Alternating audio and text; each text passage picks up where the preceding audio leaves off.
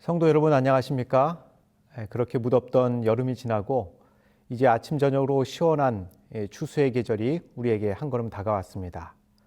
우리 모든 성도님들의 가정에도 영적으로 더욱 풍성한 계절이 되시길 간절히 바랍니다. 오늘은 마지막 때라는 제목을 가지고 마가복음 12장 후반부터 13장 32절까지의 말씀을 연구하게 됩니다. 그때에 인자가 구름을 타고 큰 권능과 영광으로 오는 것을 사람들이 보리라. 또 그때에 그가 천사들을 보내어 자기가 택하신 자들을 땅 끝으로부터 하늘 끝까지 사방에서 모으리라. 예수님께서 다시 오시는 그날, 예수님께서 택하신 백성들을 사방에서 모으실 때에 우리 모두가 함께 만나게 되기를 간절히 바랍니다. 마가복음 12장의 후반부는 한 과부의 헌금을 통해 예수님께서 교훈하시고, 또 이후 13장은 마태복음 24장과 누가복음 22장의 평행 구절과 함께 예루살렘의 멸망과 세상의 종말에 대한 예언의 부분을 다루게 됩니다. 예수님의 이러한 예언은 당시의 사건으로 국한되는 것이 아니라 예수님의 재림까지 이어진다는 것을 우리는 이미 잘 알고 있습니다. 하지만 일부 종교계에서는 먼 과거나 혹은 먼 미래에 국한하는 과거주의 해석과 미래주의 해석을 따르는 경우도 있습니다. 하지만 우리 재림교회는 종말 예언에 대한 역사주의적 해석법을 따르고 있다는 것을 기억하시면 좋겠습니다. 예수님은 미래를 예언하셨고, 또 그 예언은 그때나 오늘날 우리에게나 적용될 수 있으며 여전히 우리에게도 어떻게 살아가야 할지에 대한 지침이 됩니다. 오늘 말씀 연구를 통하여 마지막 때를 살아가는 우리 모든 성도님들의 영적인 삶에 하나님의 은혜가 충만하게 되시기를 간절히 빕니다. 일요일 주께 드린 적은 동전 2개. 마가복음 12장 41절부터 44절의 본문을 통해 과부가 얼마를 헌금했는지, 그리고 예수님께서는 이에 대해 무엇이라고 말씀하셨는지에 대한 부분을 통해 우리가 교훈을 얻게 됩니다. 이 이야기는 서기관들의 거짓 의와 절대 빈곤 상태에 있었던 이름 없는 과부의 하나님을 향한 전심전력하는 헌신 사이의 대비를 극명하게 나타내는 이야기입니다. 이 이야기의 배경은 신전의 여인의 뜰로 알려지고 있었던 그곳이 배경이 됩니다. 예수님은 이곳에서 사람들이 성전 헌금함에 돈을 넣는 것을 지켜보고 계셨습니다. 미시나 셰칼림에 따르면 여인의 뜰에는 벽을 향하여 나팔 모양의 그릇 13개가 놓여 있었다고 전해지고 있습니다. 세세겔 헌금, 옛세겔 헌금, 비둘기 헌금, 어린 산비둘기 헌금, 나뭇값, 향품값, 속죄소를 위한 금값, 그리고 6가지 자유재물 등을 헌금할 수 있는 그런 헌금함이 있었다고 전해지고 있습니다. 부자들은 이 헌금함에 돈을 던져 넣었지만 예수님은 한 과부가 드리는 2렙돈을 헌금함에 넣는 것을 주목하고 계셨습니다. 렙돈은 지름이 1cm도 되지 않은 작은 동전입니다. 2렙돈은 로마 화폐로 계산하면 로마 동전의 가장 작은 한 고드란트와 같은 가치가 있는데, 이는 하루 임금이었던 한 데나리온의 64분의 1에 해당되는 가치였습니다. 밭에서 일하는 사람들의 하루 임금이 15만 원이라고 계산을 한다면 이 여인이 드린 헌금은 약 2,350원 정도의 헌금을 드렸다는 것을 우리가 알 수 있을 것입니다. 부유한 사람들의 헌금과 예물에 비하면 푼돈에 지나지 않는 동전 2닙의 가치는 얼마나 되겠습니까? 하지만 예수님은 엄숙하게 아멘 하면서 말을 시작하십니다. 내가 진실로 너희에게 이르노니 이 가난한 과부는 헌금함에 넣는 모든 사람보다 많이 넣었도다. 과부의 예물이 상징하는 것은 하나님에 대한 전적인 헌신이었습니다. 풍족한 중에 드리는 예물과 대조적으로 과부는 자신이 가진 모든 것, 심지어 생활비 전부를 드렸던 것입니다. 이러한 이야기를 통하여 예수님은 하나님의 관점과 사람의 관점이 질적으로 차이가 있다는 것을 강조하고 계십니다. 사무엘상 16장 7절에는 사람은 외모를 보거니와 나 여호와는 중심을 보느니라 라고 말씀하고 계십니다. 여자는 자신의 필요까지도 모두 희생하는 모습을 통하여 십자가를 앞두고 있는 예수님은 여인의 모습을 통하여 제자들에게 복음에 대한 부르심이란 하나님께 절대적으로 굴복하고 전적으로 신뢰하라는 부르심이라는 것을 가르치고 계시는 것입니다. 모든 사람은 자신의 마음과 목숨과 뜻과 힘을 다하여 하나님을 사랑하라는 명령 앞에서 동등하다는 것을 보여주고 있는 이야기인 것입니다.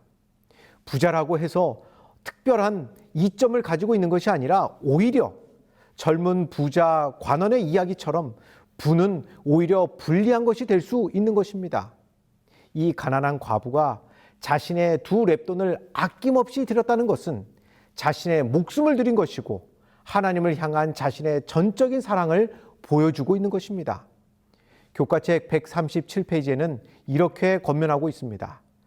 지도자의 행동이나 어떠함에 따라 11조나 헌금을 드리는 것을 결정하는 것은 헌금이 하나님께 감사함으로 드리는 것이 아닌 사람의 행동에 따라 좌우되는 것임을 의미한다.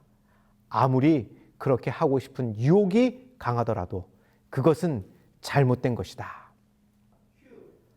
월요일 돌 위에 돌 하나도. 월요일은 마가복음 13장 1절부터 13절에 예수님께서 예루살렘 성전을 바라보시며 제자들에게 하신 예언의 말씀을 연구하게 됩니다. 예수님의 말씀은 무엇이었고 제자들은 어떻게 반응했는지를 통해 예수님의 예언이 오늘날 우리가 살아가는 이 시대와 다가올 시대에 어떠한 의미가 있는지를 살펴보게 됩니다. 예루살렘이 어떤 규모의 성전이었는지는 우리가 상상하기도 힘들 것입니다.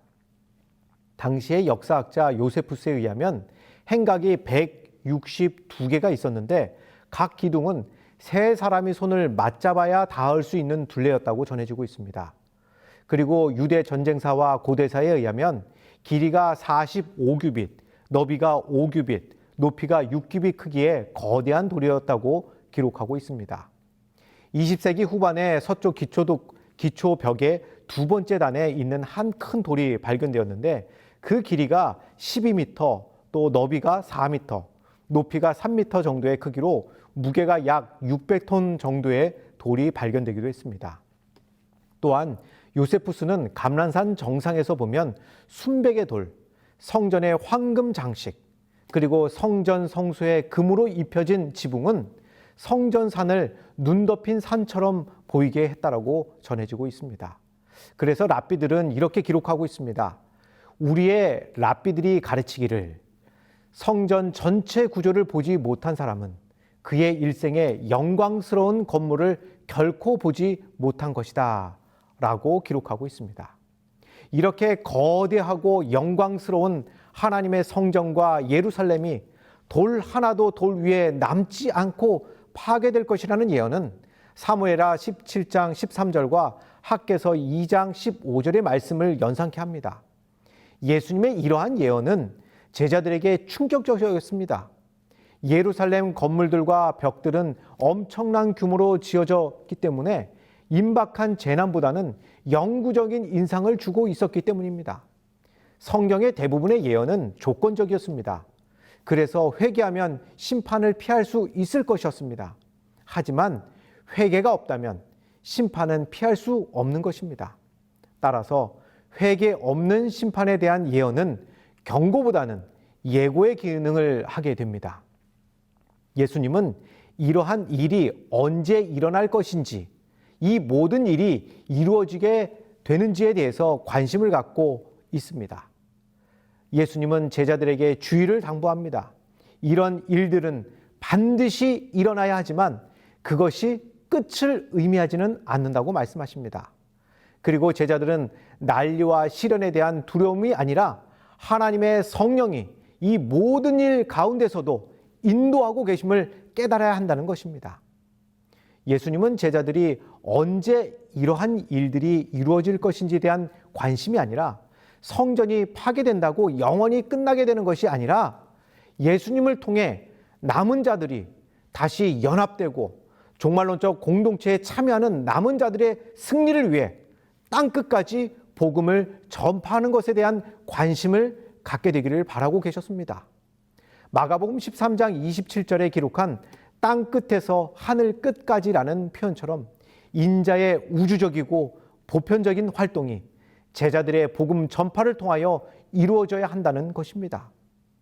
교과책 139페이지에 이렇게 기록하고 있습니다. 예수님의 예언의 서두에 주신 이 말씀의 요점은 하나님의 백성은 난리와 시련을 두려워하지 말아야 한다는 것이다. 하나님의 성령이 그들을 환난 중에 인도하실 것이기 때문에 그들은 깨어 있어야 한다. 하나님의 남은 무리로 살아가는 우리도 마지막 때에 일어날 일을 생각하면 제자들처럼 두려움이 있을 수 있습니다. 하지만 성령 하나님의 임재하심으로 우리는 힘과 용기를 얻을 수 있습니다. 우리의 믿음이 더욱 굳게 설 수 있도록 서로 위하여 기도하는 시간을 가지셨으면 좋겠습니다. 화요일, 멸망에 가증한 것. 화요일은 마가복음 13장 14절부터 18절의 말씀을 바탕으로 다니엘 9장 26절과 27절에 기름 부음을 받은 자와 한 왕에 대해서 연구하게 됩니다. 예수님이 멸망에 가증한 것을 말씀하시면서 읽는 사람은 깨달으라고 말씀하시고 또 어떤 사건이 벌어지게 될 것인데 깨달음이 필요하다고 재차 말씀하고 계십니다. 그리고 기름 부음을 받은 자는 히브리어 음력으로 메시아를 말하고 있고 메시아는 예수 그리스도라는 사실을 우리는 분명히 알고 있습니다. 문제는 장차 올 멸망에 가증한 것이 무엇인가라는 점입니다. 과거주의 해석자들은 기원전 2세기의 사건을 적용시켜야 된다고 말하고 있습니다. 당시 셀루쿠스 왕조의 통치자 안티오쿠스 4세 에피파네스가 BC 168년에 번제단 위에 제우스에게 바치는 작은 제단을 세우고 그 위에 돼지를 제물로 바쳐 성전을 더럽히고 유대교의 관습을 따르는 자를 사형에 처했을 때에 다니엘이 예언한 것이 이루어졌다고 생각하고 있었습니다. 하지만 예수님이 성경 본문에 말씀하시는 것은 과거의 사건을 이야기하는 것이 아니라 미래의 사건을 이야기하고 있는 것이기 때문에 과거 마카베오 시대에 성취되지 않았음을 시사하고 있는 것입니다. 예수님의 예언은 당대의 예언과 미래에 있을 예언을 이중적으로 적용할 수 있을 것입니다. 67년 11월부터 68년 봄까지 당대에 실제로 예루살렘의 재앙이 몰아닥쳤을 때에 성전 경내에서 일어났던 열심당원들의 악행에 대해 다음과 같이 요세푸스는 기록하고 있습니다. 고대의 영감을 받은 사람들이 전쟁으로 인해 도시가 함락되고 성소가 완전히 불에 탈 때 선동을 일삼고 하나님의 거룩한 구역에 가장 먼저 더럽히는 것이 원주민의 손이 될 것이라고 말했기 때문이다. 열심당원들이 이 말을 믿지 않는 것은 아니지만 그들은 그 성취의 도구로 자신을 빌려주었다. 이 기간 동안 열심당원들은 성전구역을 점령하고 범죄를 저지른 사람들이 지성소에서 자유롭게 돌아다니도록 허용했으며 성전 안에서 살인을 저지르기도 했습니다. 당대 대제사장 아나노스는 눈물을 흘리며 하나님의 집이 그런 가증한 것들로 가득 차고 가까이 가서는 안 되는 거룩한 곳에 살인자들의 발로 붐비는 것을 보기 전에 차라리 죽는 것이 내게 훨씬 나았을 것이다 라고 증언하고 있습니다. 당대의 끔찍한 일이 성소에서 벌어지고 있었음에도 불구하고 예수님이 말씀하시는 멸망에 가증한 것이 당대의 사건에 적용시킬 수 없고 예수님께서 깨달으라고 말씀하신 것은 즉각적이고 신속한 도피의 필요성을 강조하고 있는 것입니다. 지붕은 일반적으로 기도하는 장소였고 외부 계단을 통해서 올라갈 수 있었습니다. 따라서 도망가기 위해서 지붕에서 내려오는 것은 가능하지만 다시 집으로 들어가서는 안 되는 것이었습니다. 결정적인 순간에 생명에 대한 염려가 소유물보다 더 우선하기 때문인 것입니다. 도피가 시급한 이유는 전례 없는 재앙이 임박했기 때문인 것입니다. 수요일 큰 환난. 이어서 수요일 큰 환난에서는 멸망에 가증한 것과 박해의 시기에 대해서 공부하게 됩니다. 마가복음 13장 19절에서 말하는 환난은 예루살렘의 함락보다 더 크고 더 광범위한 박해에 대해서 예언하고 있는 것입니다. 마가복음 13장 14절과 다니엘 9장의 예언에 짝을 이루고 있는 것처럼 마가복음 13장 19절부터 23절의 묘사는 다니엘서 7장 25절의 작은 뿔이 하나님의 백성을 한 때와 두 때, 반 때, 그리고 1260일 동안 하나님의 백성에게 환난을 가져오는 것을 의미하고 있습니다. 예언에서 하루는 민수기 14장 34절과 에스겔 4장 6절에 근거하여 1년으로 계산을 합니다. 민수기 14장 34절에는 하루를 1년으로 계산하는 연일 원칙을 보여주고 있습니다. 또한 에스겔에서도 하루가 1년이라고 말하고 있습니다. 이 원칙은 다니엘 9장 24절부터 27절의 70일에 같은 성경의 시간 예언을 해석하면서 그 정확성이 거듭 입증됩니다. 요한계시록 13장 5절에 42개월, 한 달을 30일로 고대 달력을 계산한다면 예언적인 1260일 혹은 문자적으로 1260년이라는 결과에 도달하게 됩니다.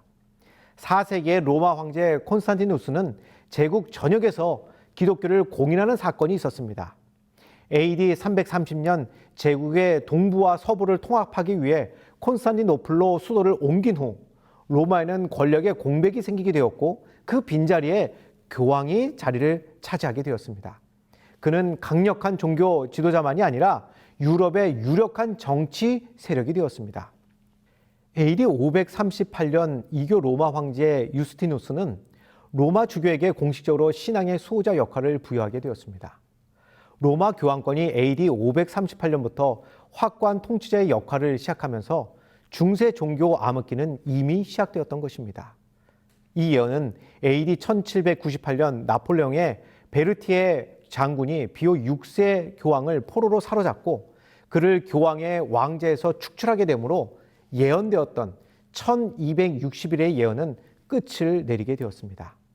하지만 요한계시록 13장 12절에 따르면 법왕권에 대한 타격은 심각했지만 그 치명적인 상처는 치유될 것이고 세상은 이 권세로부터 훨씬 더 많은 영향을 받게 될 것입니다. 그리고 우리는 그 예언의 역사 속에 살아가고 있다는 것입니다. 이러한 예언 속에 살아가는 주님의 사랑하는 백성들을 위하여 하나님의 남은 무리로 살아가는 이 교회를 위하여 예수님께서는 우리에게 명심해야 할 또 다른 위험에 대해 경고를 하셨는데 그것은 거짓 선지자와 그리스도에 대한 경고입니다. 따라서 우리는 진리의 말씀인 성경만을 믿고 따르는 백성들이 되어야 함을 기억해야 합니다. 예수님은 제자들에게 주의하라고 하셨고 그 주의하라는 경고의 기별은 오늘날 우리에게도 꼭 필요한 말씀인 것입니다. 가룟복음 기별 2권 72페이지에 이렇게 기록하고 있습니다. 나는 많은 사람들이 하나님께로부터 특별한 가르침을 받았노라고 주장하면서 다른 사람들을 지도하려고 하며 그릇된 견해를 가지고 하나님께서 결코 저들에게 맡기신 일이 없는 사업에 착수하려고 할 것에 대하여 보았다. 그러한 일들의 결과로서 혼란이 이를 것이다. 모든 사람들은 각자 개인적으로 하나님의 섭리를 이해하기 위하여 가장 큰 열심을 내어 하나님께 간구하여야 한다. 목요일 인자의 임하심. 목요일은 마가복음 13장 24절부터 32절의 말씀을 연구하게 됩니다. 성경 본문은 영광스러운 예수님이 재림에 대해서 묘사하고 있습니다. 그리고 그때를 반복적으로 사용하면서 제자들이 묻고 있는 이 일과 모든 일에 차이가 있는 것을 우리가 알 수 있는데 예수님은 인자가 오는 때를 그때로 표현하면서 예비된 사건들이 일어난 후에 일어나게 되는 파루시아, 즉 예수님의 재림을 이야기하고 있는 것입니다. 그때에 그가 천사들을 보내어 자기가 택하신 자들을 땅 끝으로부터 하늘 끝까지 사방에서 모으겠다는 것입니다. 하나님의 백성들의 불신으로 나라를 잃고 사방으로 흩어지는 역사를 가지고 있었지만 예수님의 재림은 흩어진 이스라엘 백성들을 다시 모으는 것을 영적으로 회복되고 하나님은 하나님의 백성을 모으고 구원함으로 남은 무리의 완전한 연합과 승리 그리고 하나님의 나라의 회복이 이루어지게 될 것을 선포하고 계시는 것입니다. 예수님이 말씀하신 그때에 그 환난 후 해가 어두워지며 달이 빛을 내지 아니하며 별들이 하늘에서 떨어지며 하늘에 있는 권능들이 흔들리라는 이 말씀은 이미 성취되었다는 것을 우리가 잘 알고 있습니다. 1780년 5월 19일 대낮에도 촛불이 필요할 정도로 캄캄하여 불과 1m 앞에 있는 사물을 구분할 수 없었을 정도로 캄캄했던 사건이 이미 있었고 1833년 11월 13일에는 시간당 6만 개의 유성이 떨어지는 사건이 있었습니다. 물론 유성우를 관찰할 수 있는 일들은 몇 년에 한 번씩 관찰할 기회들이 있습니다. 저도 개인적으로 얼마 전에 페르세우스 유성우가 시간당 100개 정도가 떨어진다고 해서 밤 늦게까지 관찰했지만 거의 2시간을 관찰했음에도 불구하고 10개도 보지 못했습니다.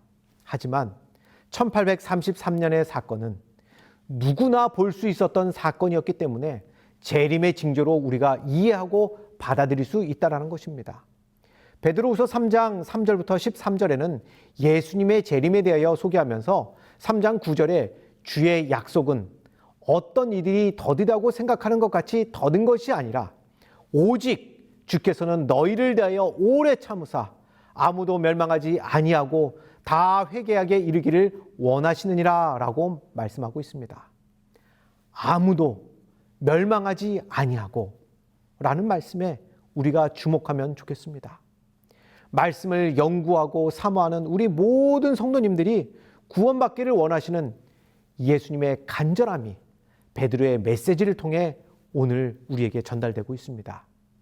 예수님의 재림은 인격적이고 실제적이고 가시적이며 가청적으로 임하시게 될 것입니다. 그러기 위하여 우리는 지금 우리의 영적인 눈을 뜨고 영적인 귀를 열어서 예수님께 우리의 눈을 맞추고 귀를 기울여야 할 것입니다. 시대소망 707페이지에 이렇게 기록하고 있습니다.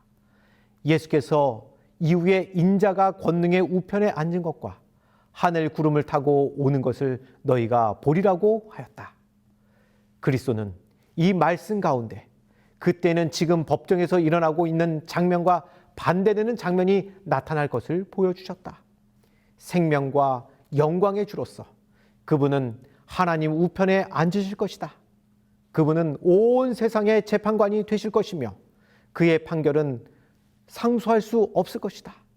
그때 모든 은밀한 일들이 하나님 얼굴의 빛 가운데 드러나게 되며 각 사람은 행한 대로 심판받을 것이다. 금요일 더 깊은 연구를 위해 시대소망 69장을 읽으시면 더 깊고 더 넓은 이해와 은혜를 우리가 얻을 수 있을 것입니다. 시대소망 634페이지에 이렇게 또 기록하고 있습니다.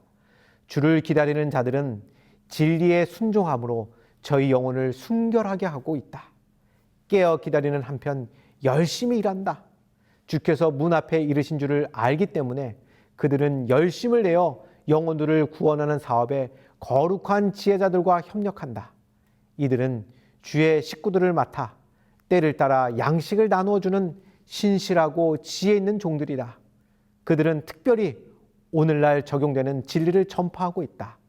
에녹, 노아, 아브라함, 모세 등이 각각 저희 시대에 알맞는 진리를 전파한 것처럼 지금 그리스도의 종들은 이 시대에 대한 특별한 경고를 발해야 할 것이다.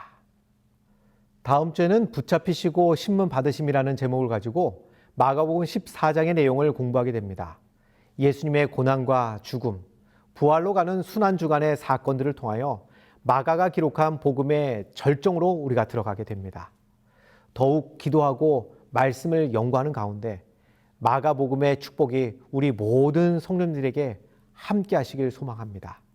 다음 주에 뵙겠습니다.